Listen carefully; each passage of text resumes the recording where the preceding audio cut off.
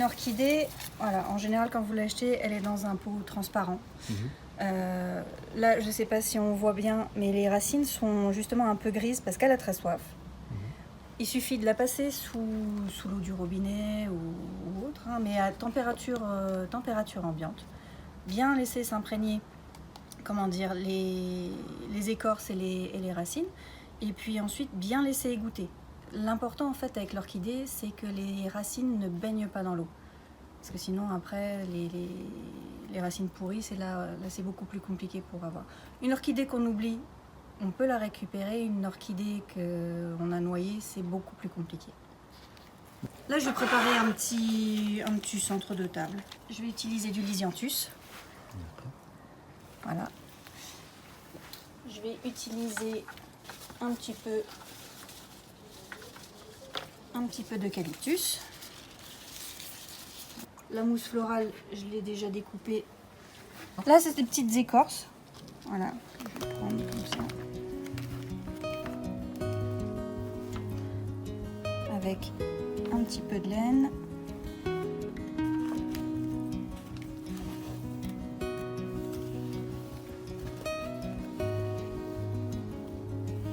C'est quelque chose qui peut être de saison. Puisque là on peut tout à fait mélanger les écorces avec la laine qui commence à être un petit peu dans les tons de l'automne plutôt en ce moment. En ce moment on va encore trouver tout ce qui va être dahlia, etc. dans les jardins. Donc c'est tout à fait quelque chose qu'on peut refaire à la maison.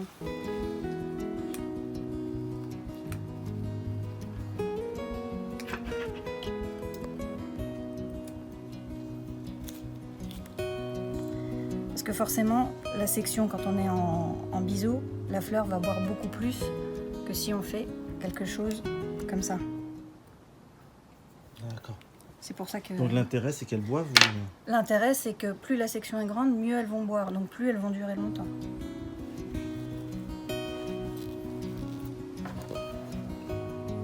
Et quand vous recevez un bouquet à la maison, c'est pareil. Toujours bien recouper les tiges. Parce qu'à partir du moment où les fleurs ne sont pas dans l'eau, la tige va s'oxyder. Donc quand on vous offre les fleurs, vous ne savez pas forcément combien de temps elles sont restées dans la voiture, etc.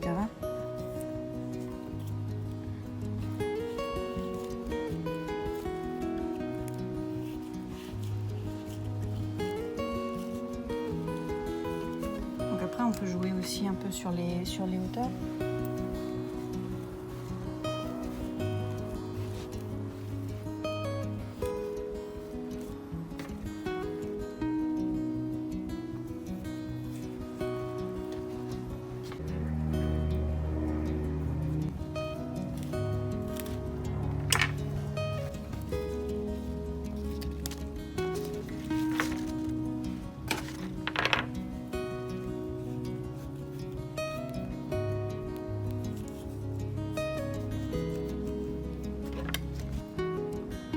Au mois de mars, le thème de la pièce libre, parce qu'il y a plusieurs épreuves, des épreuves imposées, puis une pièce libre.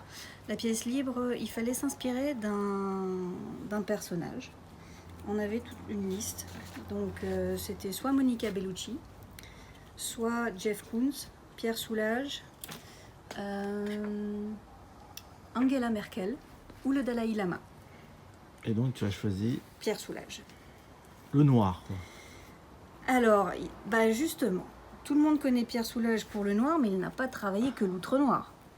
Il a beaucoup travaillé aussi les ocres, certains rouges, le bleu, mais avec le noir. Donc du coup, j'ai fait toute une structure en noir, reprenant un certain nombre de ses œuvres par le biais du relief.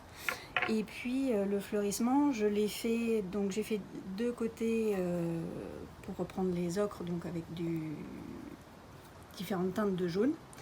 Et puis j'ai pris pour les deux opposés le rouge. On a le sujet de la pièce libre. Oui. Le thème cette année, ce sera le mariage. D'accord. Donc ça, c'est déjà défini pour toutes les épreuves. Tout va tourner autour du mariage et de l'amour à travers les siècles. Pour ce qui est de la pièce libre, justement, c'est libre. Donc on choisit vraiment les fleurs, les végétaux qu'on veut mettre en avant. Par contre, les épreuves imposées, de par leur nom, on nous fournit les fleurs, on a tous les mêmes. Alors quand on fait un centre de table, on le tourne tout le temps. Moi à force, je le fais pas tout en permanence, mais c'est plus facile pour voir justement là où il faut rajouter des fleurs et que ce soit à peu près homogène. Et là c'est tout simplement des fils de fer que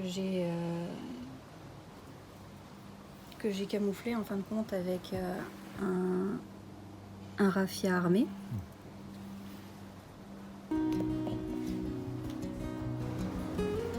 Je le fais sur le doigt, mais avec un stylo, ça marche.